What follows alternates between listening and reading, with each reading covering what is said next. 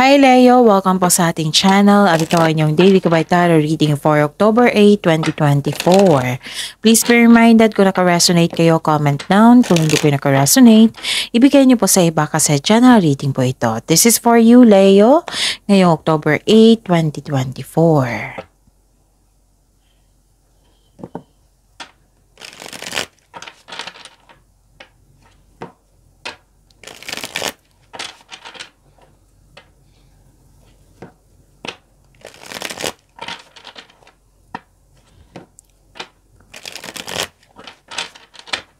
Para po ito sa inyo, Leo, ngayong October 8, 2024. Maraming salamat po sa inyong patuloy na suporta at maraming salamat din po sa mga hindi nag-skip ng ads. Gamitin ang reading na ito bilang gabay lamang sa mga hindi pa nag-subscribe. Subscribe na po kayo at click bell notification para malaman nyo na may bago tayong video. Para sa mga gusto magpa-reading po, may lumabas dyan sa screen nyo ngayon. Panoorin nyo po at sundin ang instruction. Calling the attention sa mga suki ko dito na Leo. Open na po ang inyong Monthly Kabay Tarot reading for October 2024. May 6 months from now reading tayo at love life reading po. So message me Leo for schedule. Maraming salamat po.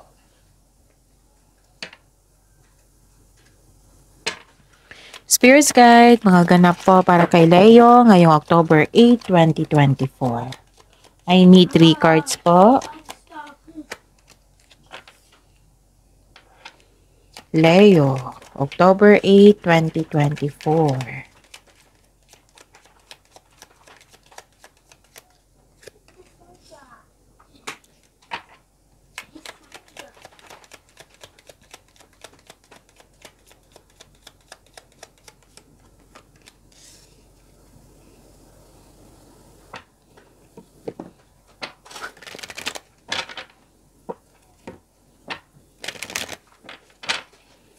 Spirits Guide, message nyo po para kay Leo. Another card po para kay Leo. Message nyo po.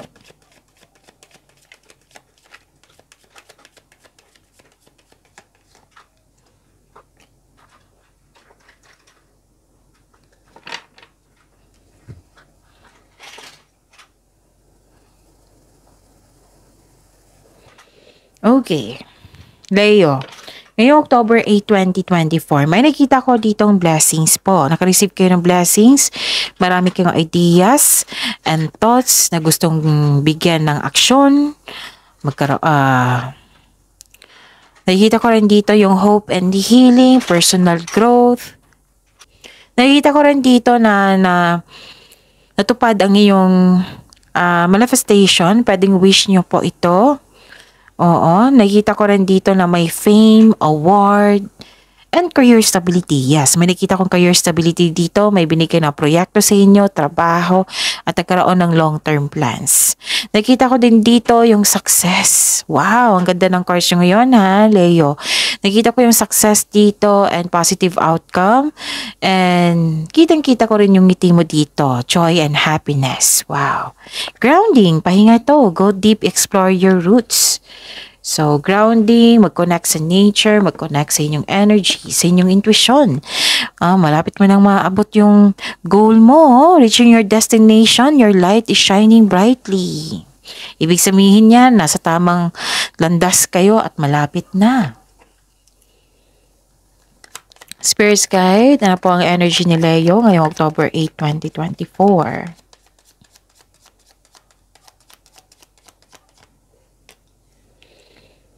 And the clarification po of this card.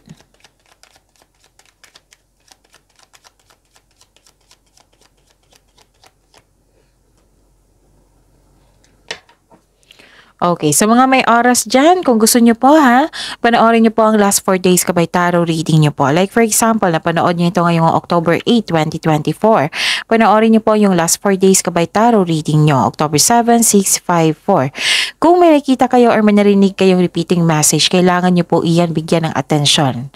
Baka andyan na po yung kasagutan sa inyong mga katanungan, solusyon sa inyong problema, dahilan sa bakit nagkaroon kayo ng overthinking, O, mga example po iyan.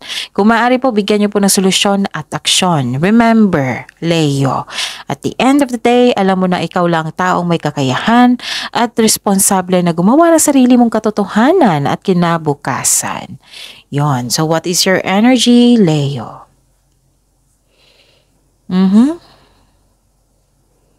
Okay.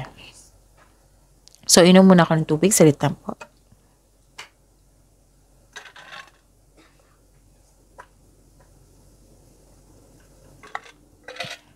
Wow.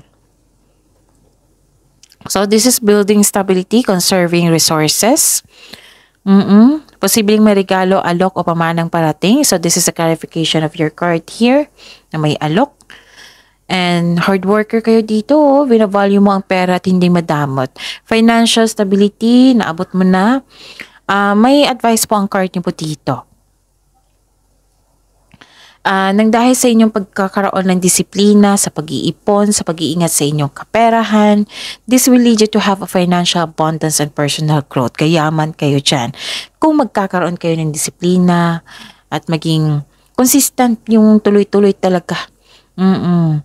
Bigyan din ng panahon ng sarili mo ha. Kumbaga, pamper yourself, deserve mo iyan. You're saving money for your future or may specific goal ka na gustong bilhin. Kaya sobrang ingat mo sa kaperahan. So this cards reminds you na be generous, na since giving to others brings more prosperity into your life. Okay. Ano pa? Nakikita ko rin dito na marami kang choices, future plan, and nakita ko din dito, this is a clarification of your card here in the long-term plans. This is choices, rather than partnership po ito. May ambisyon o idea ang gustong gawin. This card asks you na magawa ng mga plano para sa naharap. Mag-ingat lang sa pagiging mainipin. And supportive yung partner mo or favorite person mo. Tutulungan ka ng taong ito para mas lumago ang iyong layunin. Makinig din kayo sa inyong intuition at the same time. Tamang-tama to sa mensahe dito na go deep, explore your roots. Spirit's Guide, Career and Money po ni Leo ngayong October 8, 2024.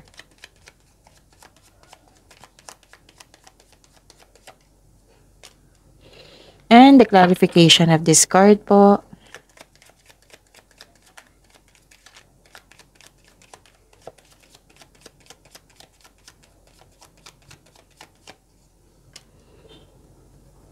Okay, so career and money nyo, may individual video kayo kahapon, which is your career and money weekly gabay. So, panoorin nyo po kung gusto nyo pong magkaroon ng karagdagang mensahe. Okay. Nakikita ko dito, nagkaroon ng wealth, family, inheritance. So, this is the clarification of your cards here na may ganap na wealth. May makatanggap ka ng mana, pension, retirement, o masaganang ani ng buhay. So, nag-spend time ka rin sa inyong family dito or sa isang grupo ng tao. Nag-save ka rin ng money. Wow, dalawang card na po nagsabi niyan. Okay, nag-save ka rin ng money para sa iyo at sa inyong pamilya.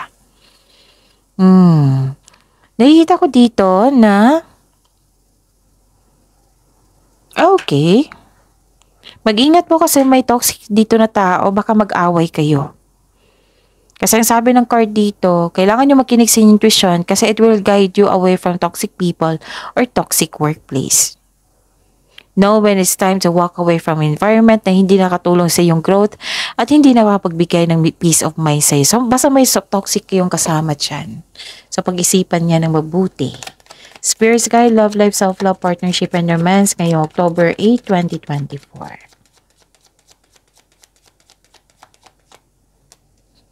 And the clarification of this card po.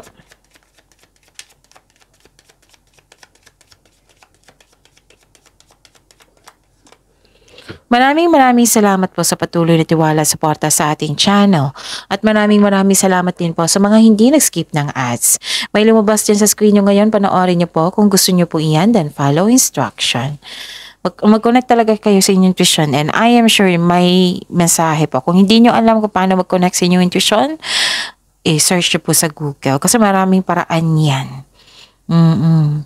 Okay. Stop overthinking. Stop overthinking, stop overanalyzing. Kasi ito yung, it can steal your happiness and peace of mind. It can steal your opportunities. Yan. Stop nyo po ito. Bigyan ng solusyon kung kaya. Kung hindi kaya, change the channel.